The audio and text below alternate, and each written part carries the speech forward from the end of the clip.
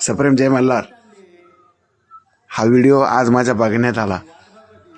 माझे सन्मित्र असणारे कडी तेथील रावसाहेब वडीतके पाटील यांचा हा चिरंजीव प्रद्युम्न 10 दिवसामध्ये गणपती बाप्पाचा लेकरांना किती लळा लागतो हे व्हिडिओत बघायला मिळतं.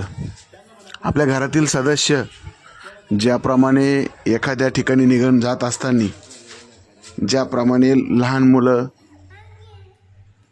रडगाग करतात, अगदी त्याच पद्धतीने हा छोटासा रडून पप्पाला विनवणी करत आहे की पप्पा बाप्पाला आपल्या घरातून जाऊन देऊ नका आणि त्याला इथंच ठेवा.